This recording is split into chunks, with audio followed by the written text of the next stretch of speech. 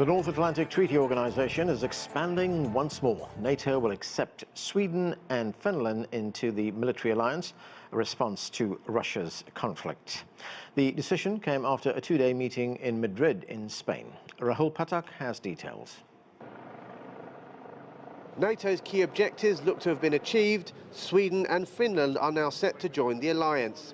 NATO also wanted to project a sense of unity and resolve. They introduced their new strategic concept, which sets out the alliance's priorities for the next decade.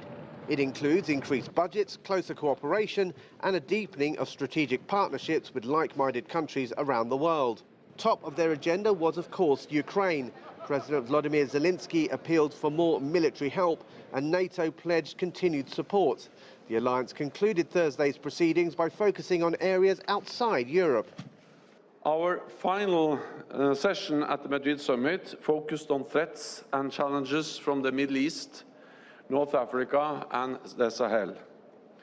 Insecurity in these regions has a direct impact on the security of all allies. And our new strategic concept identifies terrorism as one of the main threats to our security. Now, there is a feeling that a lot has been achieved here in Madrid with an expanded membership and new financial commitments, but their decisions have amounted to a greater military presence here in Europe at a time of heightened tensions. US President Joe Biden pledged more boots on the ground in Europe. He confirmed that Washington would bolster defences in the Baltic states and Romania, whilst building a permanent US base in Poland. He also agreed to send more US military hardware, with 2 extra warships to Spain and more fighter jets to the United Kingdom. All of this, he said, amounted to a clear message to Vladimir Putin. Before the war started, I told Putin that if he invaded Ukraine, NATO would not only get stronger, but would get more united. And we would see democracies in the world stand up and oppose his aggression and defend the rules-based order. And that's exactly what we're seeing today. The issue of Russia's assault on Ukraine has dominated the agenda and resulted in material changes and a renewed sense of purpose for the alliance. The question now is how Moscow will respond. Rahul Pathak, CGTN, Madrid.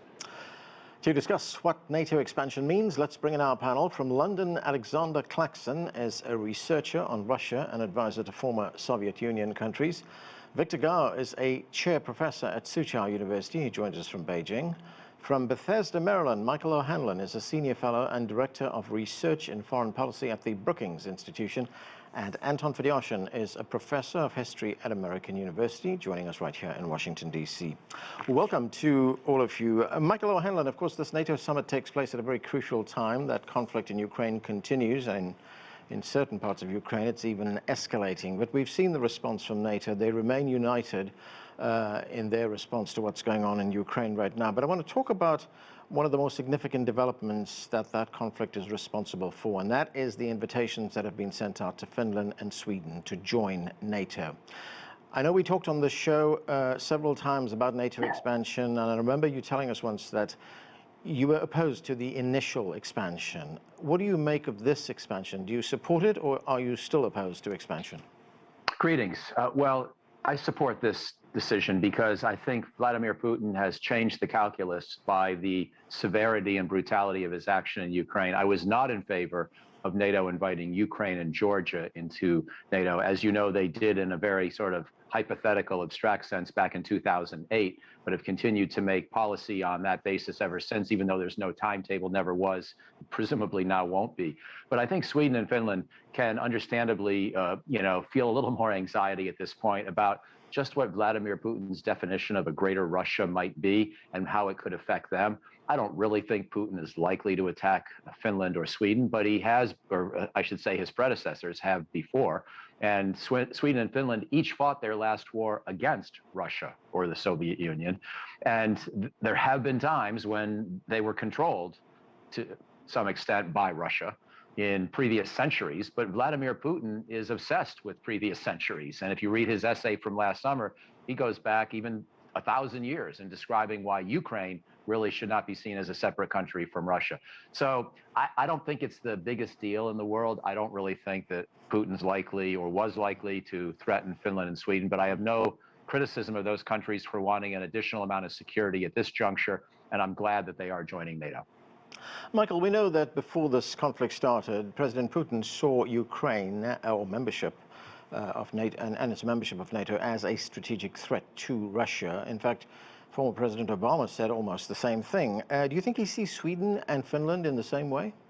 Probably not. You know, when I read Putin, and I think we all have to understand what's driving him, and I'll look forward to what the other panelists say as well.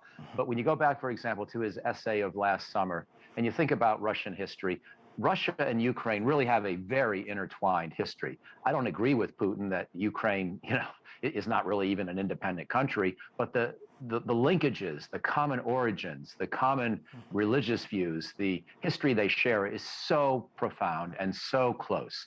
With Sweden and Finland, it's an order of magnitude or two less. There still are a lot of linkages. As I mentioned, they fought each other before. Russia controlled Finland for certain periods of time. But I don't think it's the same sense of, you know, common Russian speakers, common Orthodox faith, common history of sort of almost the origin of the nations from the same location. So I think these are different categories. We should have been more sensitive, in my judgment. I'm not blaming us for the war, but we should have been more sensitive about what offering Ukraine and Georgia hypothetical membership might have done.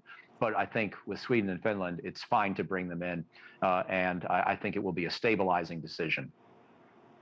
Anton Fedyashin, of course, President Putin has responded to these invitations that were sent out to Sweden and Finland. This is some of what he had to say. Let's listen.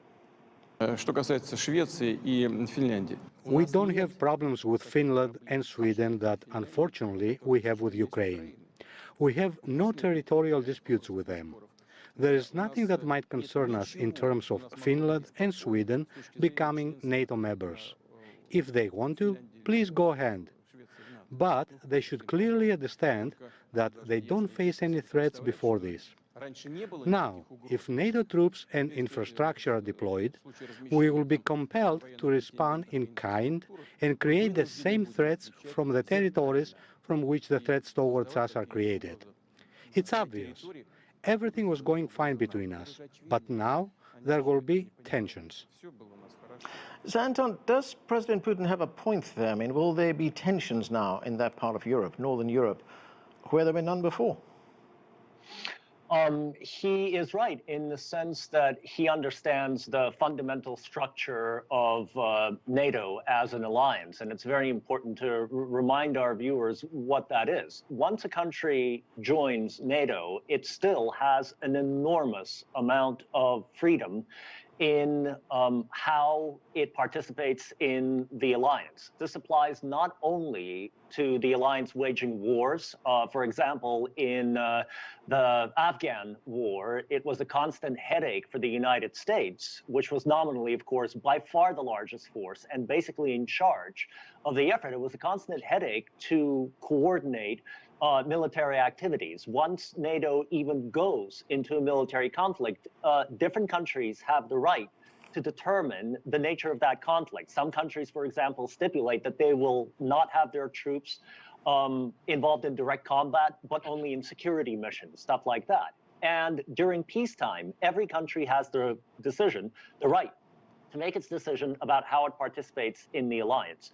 If the Finns and the Swedes decide to host NATO bases on their territory or to place potentially offensive or defensive weapons on their territory, the Russians will respond in kind. And that's essentially the point that Putin was making today.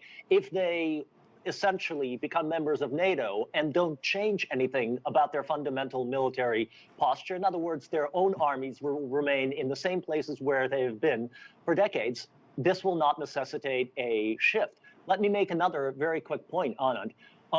NATO is also an organization that works on consensus, and there is a notable sort of breakdown, a split within NATO into the more anti-Russian states that are willing to take more aggressive, one could say risky, depending on whose point of view you're taking, stances towards Russia. And then there are states such as, let's say, Germany, France, and Italy that are a lot more restrained.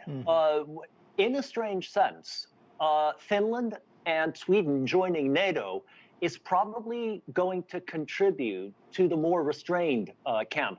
Let's remember that Sweden does not have a border with Russia, and it has gone through periods in, modern history, where it's taken a more hawkish approach to the Russians. But the Finns have a very long and, at this point, not terribly well-defended border, and it's not in their interest to constantly side with, let's say, the Baltic countries or the Poles, who have traditionally been more aggressive. In a sense, Finland sort of dilutes the more hawkish camp, but again, we'll see how it works out. Alexander Claxon, what do you make of what Anton Fedyashin just told us? I mean, these new members of NATO, they will become members very soon. Is it more symbolic than anything really substantive? No, I don't think so. I mean, from my point of view, I don't support Finland's and Sweden's plan to join NATO, and I'll explain why. Now, obviously, NATO positions itself as a defensive organization, but Russia doesn't see it that way. The foreign minister of Russia, Sergei Lavrov, recently just gave an example as to how they view NATO as being an aggressive organization. They provided the example, obviously, of Yugoslavia, which is a very sore point for Russia. They mentioned the NATO campaign in Libya and in Afghanistan as examples of how NATO is essentially an offensive organization, as well as a defensive one, as well, of course. Now, what that means is obviously that Russia treats NATO as a threat. So, in the long term, Sweden and Finland joining NATO, in my view, is a long-term threat and an escalation of tensions between NATO countries and Russia. Now, obviously, I don't think that there will be a war between Russia and Finland, in the near future. There's no indication of that whatsoever. But there is a risk as well of an accidental, let's say, exchange of fire. Mistakes happen as well. You can imagine a NATO plane and a Russian plane, exchanging fire for one reason or another. Perhaps one plane accidentally went into the territory of another, and it starts, and suddenly we have a situation where one or two of the sides need to make a decision as to whether to escalate the conflict further. So, in my view, there was no reason as such for Finland and Sweden to join. Russia has always said that NATO has been expanding closer and closer to the borders. It's happened again. So, from Russia's point of view, this has been a belligerent and quite a hawkish NATO summit, and for that reason, I think that Russia will obviously, in the long term, will see this as further proof that NATO is trying to surround Russia, and frankly, that escalates the whole situation and makes it more difficult, in my view, to create a peaceful agreement on the European continent. Victor Gar, beyond Europe and the conflict in Ukraine, this summit also targeted China.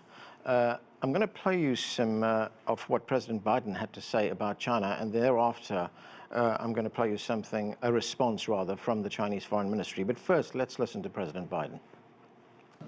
At this summit, we rallied our alliances to meet both the direct threats of Russia poses to Europe and the systemic challenges that China poses to a rules-based world order. Okay, Victor, and this is how the Chinese Foreign Ministry responded to that. NATO's so-called new strategic concept document disregards the facts, gives a false account of the true facts, wrongly defines China as posing a strategic challenge, and discredits China's foreign policy. It speaks ill of China's normal military development and national defense policy, is irresponsible, encourages confrontation, and is full of Cold War thinking and ideological prejudice. China is seriously concerned and firmly opposed to this. So, Victor, what are we to make of the fact that NATO as an organization, there are 30 members in that organization, soon to be 32, now consider China to be a threat? First of all, I think NATO's position on China and how it describes China is completely misguided, because you need to be very specific. Name any particular details why China does constitute a threat to NATO as an organization or to NATO member states. So I think NATO should avoid being highly politicized, and they should not really focus on their mission as it was created, that is to focus on Europe rather than branching out to other parts of the world as if they are the god, for example, and others should be subjugated to NATO. This is not going to work, and I truly believe this eventually will not bring benefit to NATO members or NATO as an organization. This will probably lead to greater disaster. China, in all realistic measurement, is a force for peace and stability and development, rather than a force agitating for war or confrontation. It is a fact that China has become a more and more important economic presence. There is no denying about that. But that presence does not threaten NATO, for example, or NATO member states. No one in the world can stop the peaceful development of China. I would say to deprive the Chinese nation of their right of economic development probably is the largest crime against humanity in human history. So we need to be realistic and objective and reasonable about China's economic development, which continues, which will continue with great strength and robustness. No one can stop that. But how do you define China's economic rise is another issue. NATO need to be very philosophical about it rather than biased and prejudiced against it and try to become an instrument of some other countries to achieve its goal of holding China down. Michael O'Hanlon, on this question of China being discussed by NATO leaders, there was an opinion piece in China Daily newspaper which pointed out that the leaders of Australia, New Zealand and South Korea have been invited to the summit, which the newspaper says signals, quote, that the military alliances move to expand to the Asia-Pacific region with the aim of helping the United States contain China. Do you see it that way? Is that what's happening here? Has the United States, in effect, enlisted its other co-members in NATO to contain China? Because that's what this newspaper opinion piece is saying. Greetings again. Well, no, I'm not that concerned because I think that, building on one of the previous comments from the panel, I believe that having a U.S. conversation with NATO partners and with Asian partners will actually serve to moderate any American tendency towards excessive confrontation. So if you read the strategic concept, the specifics of it, not just what Joe Biden said as a president of one of the NATO member states, but the actual document that was agreed to by all 30. The language is not that bad. And it explains, in fact, pretty clearly and reasonably why NATO countries need to be worried about their own high-tech sectors, Chinese efforts to sometimes acquire intellectual property in ways that could be damaging to European nations. It's not really about mounting some big North American, European military endeavor to go, face down China in the Western Pacific. It's not really talking about aircraft carriers and fighter jets. It's talking about economic resilience. It's talking about supply chains. It's talking about the sorts of things that we're aware are sometimes a concern when you're dealing with a huge economic and technological power like China that plays by some of the same rules as the Western countries, but not all of the same rules. So I was not particularly concerned about that. I would concede one point. I am a little bit concerned that the United States itself, on its own, may exaggerate in certain cases the China challenge or threat.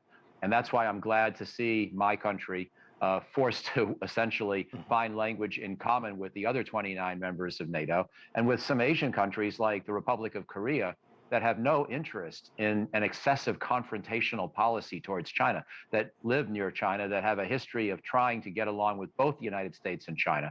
And so in that sense, I find sort of a socializing benefit, if you will, a moderating benefit to having all these countries thinking together. And I would encourage folks to look at the strategic concept that came out this week. I don't think the language is particularly confrontational.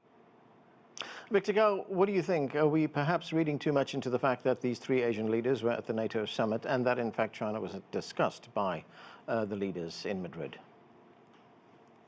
Well, in a sense, I agree with the comments made by the previous commentator. And he has a lot of point. On the other hand, if you adopt another perspective, then NATO, to a very large extent, should be viewed as a surrogate of the United States. Now, whether the United States can really force its view onto all the other NATO members, currently 30 and already expanded to 32, that's another issue. But without the United States, NATO probably will be a very insignificant empty shell to start with. So we view NATO very much as dictated and controlled by the United States. And the United States does have one thing in its mind, that is to prevent China's continued economic development so that China eventually will surpass that of the United States. And from the Chinese perspective, China's continued economic development is inevitable. No one can stop that, including countries like the United States. Right. And further, one thing which differs between China and the United States is that China sees no fun of becoming the next superpower or the next top dog to replace the United States. Right. I think from the Chinese perspective, these are completely two different things, whereas the United States wants to confuse these two things and tell everyone else, including NATO members, that China is a threat. Okay. Threat to what? Be specific. Okay, Alexander Claxon, would it be fair to say that NATO is no longer just purely a North Atlantic defensive alliance? I mean, if we look at the reason why it was created after World War II, it was to counter Soviet expansionism at that time. But is it now a global military group which is now headed by the United States and its allies, mostly European, but with some Asian members? Yeah, I mean, that's an interesting point you raised, because you're right saying that in many ways, after the collapse of the Soviet Union, perhaps that was a good time to discuss whether NATO should remain in place as well, because there was essentially no foe anymore on the European continent for the United States and its allies. So that would have been a good opportunity to perhaps dismantle NATO. The organization has now went a different way, and it seems to be expanding even further.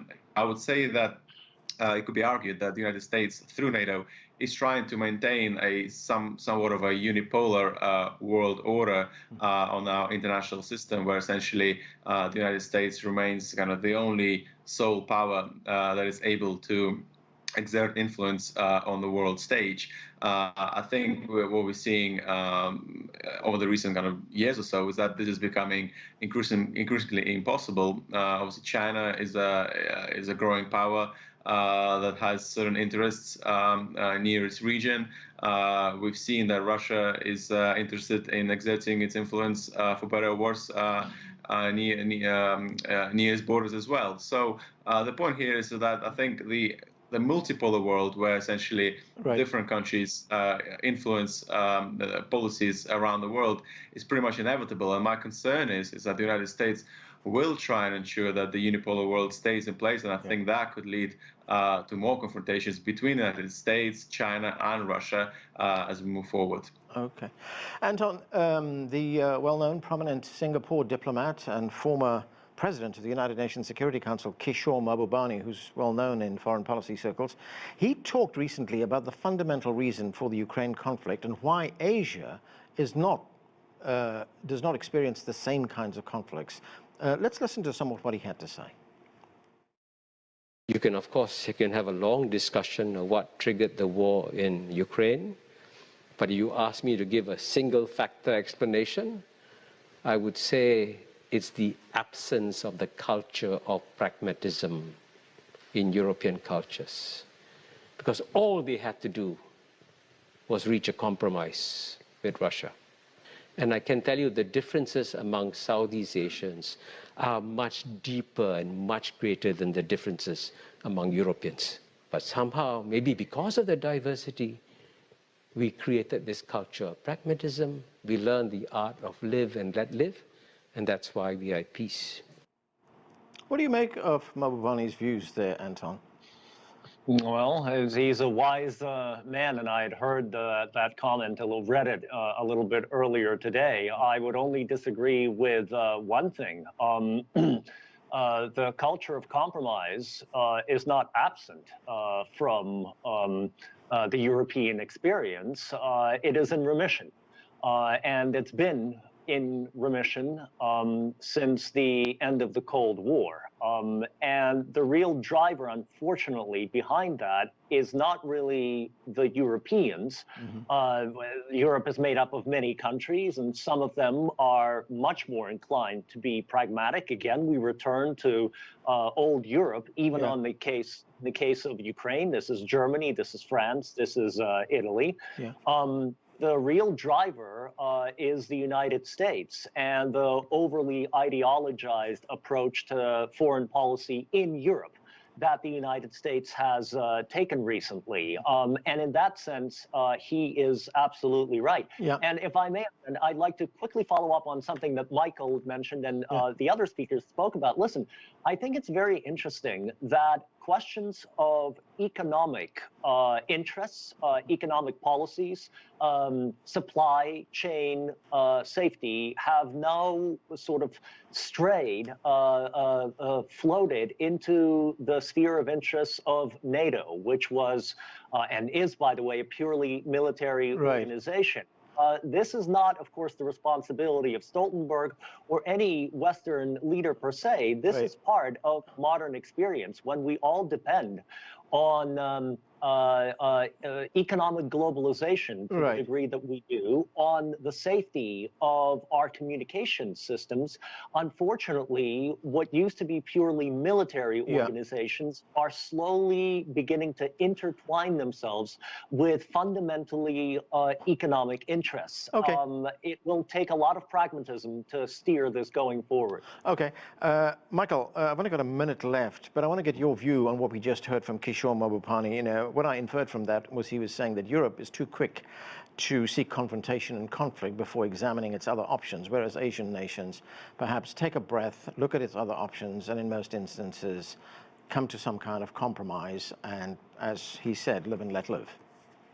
It's a fascinating comment. I agree with my colleagues on the panel that this is a wise man and it's worth listening to him. And certainly if we look at the last 500 years of world history, his point is even stronger, that it really is the European continent that has driven imperialism and the world wars for the most part. But on the other hand, it's also worth moderating that broad sweeping generalization with the fact that it was Japan that was the other big aggressor in World War II. And China has certainly had its share of internal conflict. And so I think that over the years, what we would have to say and have to conclude is that, yes, indeed, there has been a fair amount of belligerence that's come out of Europe historically. But I also think Europe's done a lot to build a peaceful zone in the West in the last several decades. Tragically, that's now been lost this year. Okay, that's where we have to leave it. Thanks to all of you for being with us.